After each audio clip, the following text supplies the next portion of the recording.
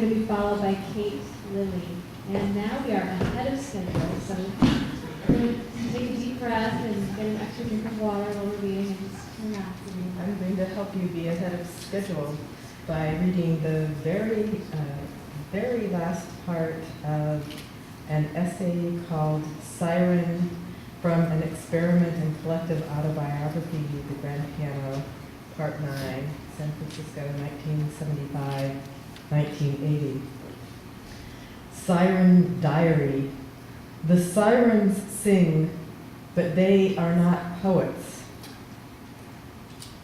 The obliteration and assertion of the sound, ego, the voice or song is it, will kill you?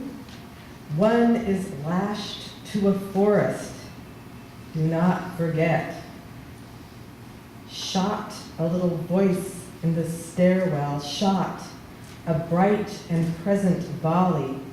So I have lost my reason or memory. Sirens of flighty messages give voice to waning frequencies.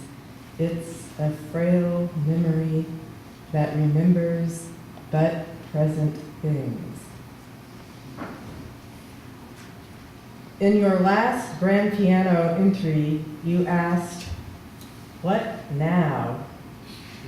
Who's there?"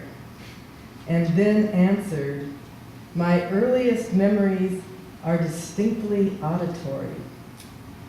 I map sensation, presence, and cognition onto a certain catastrophe of history called the automat in each of us, forgetting." What does the siren have to do with forgetting if the siren knows everything that has happened and will take place? Maybe the creature is just a signal warning of desire facing death. It is and was terrible to be cut away from what I wanted to see. I see your workaday fatigue when dropping you off at your San Francisco commune near a hill. You showed me the kitchen, but did you ask me in? Or was there a siren alert, a surround of broken prose, a past of little interest, a far-flung net of literature, a friend with a guitar, children holding mud?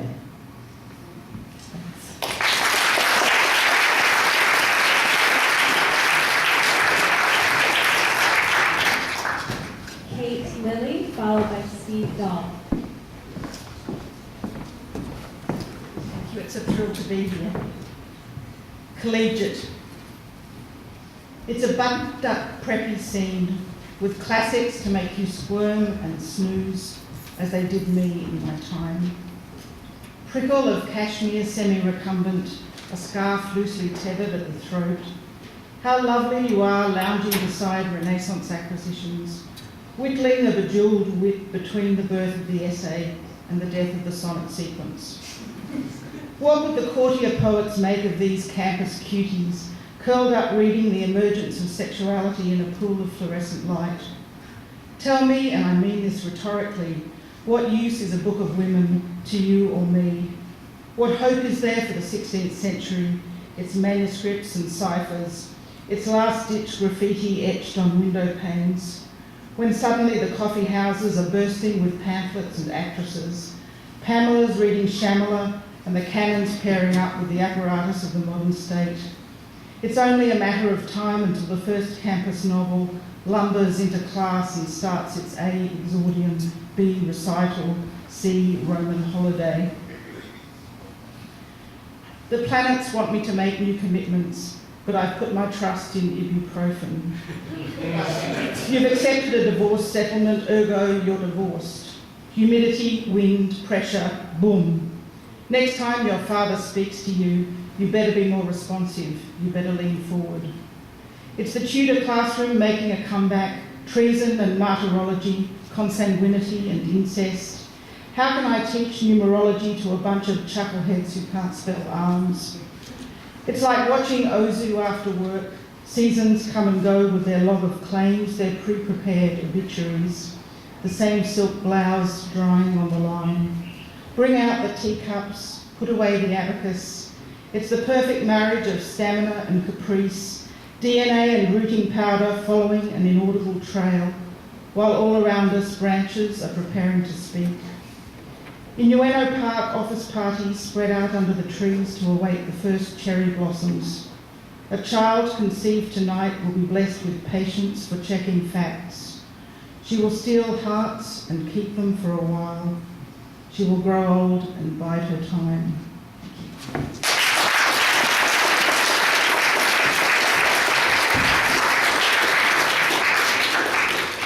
Steve Dolph, followed by Chris McCreary.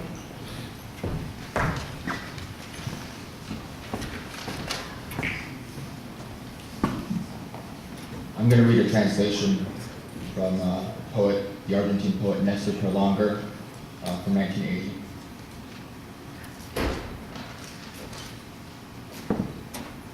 Once there was an animal. Once there was a sweet and bloody animal, whose many faces and whose wounds poured music and sweat that oozed out as it slouched along. It was like some extinct species whose prancing sometimes still signaled a longing, like a kind of nostalgia for its elegant pelt. Once there was a dashing and fossilized animal, but its deceits betrayed the odor of pollen and its gums reeked of an encrusted anguish, strung along which a young plunderer, in whose glittering a lost terror throbbed dishonest. How many adverbs and adjectives would its tail and its coat collect? Such an evil life, such meager calm its aloofness. Oh, wind instruments to stiffen the nipples, howling, wailing to the shimmer of some oriental music. Undermined storehouses where it didn't find a breath of virtue, but untidy twine. Once there was, and there was, blonde gallants. They dragged its brilliance like a standard, trampling its fringes. Once there was a clustered and murky animal of heartfelt misfortunes, nourished on the fine powder of rubies and the sound of the wilderness. Thank you.